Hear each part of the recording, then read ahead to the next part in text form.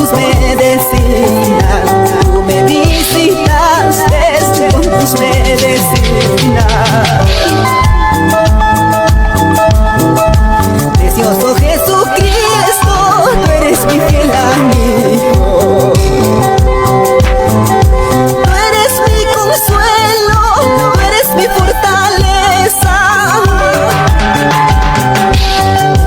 Cuando me enfermaba, cuando me desmayaba, tú me visitaste con tus medicinas. Tú me visitaste con tus medicinas.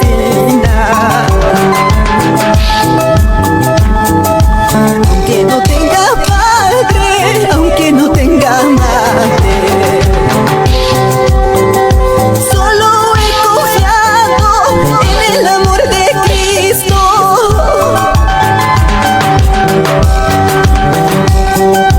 Cuando me despreciaron, muchos me desahuciaron, pero tú llegaste para consolarme. Pero tú llegaste para consolarme.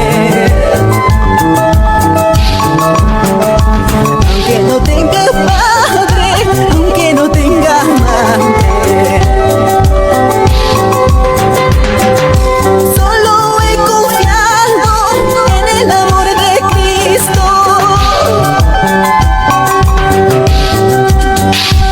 Aunque me despreciaron, muchos me desahuciaron,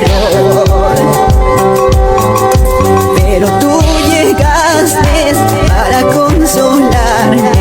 Pero tú llegaste para consolarme.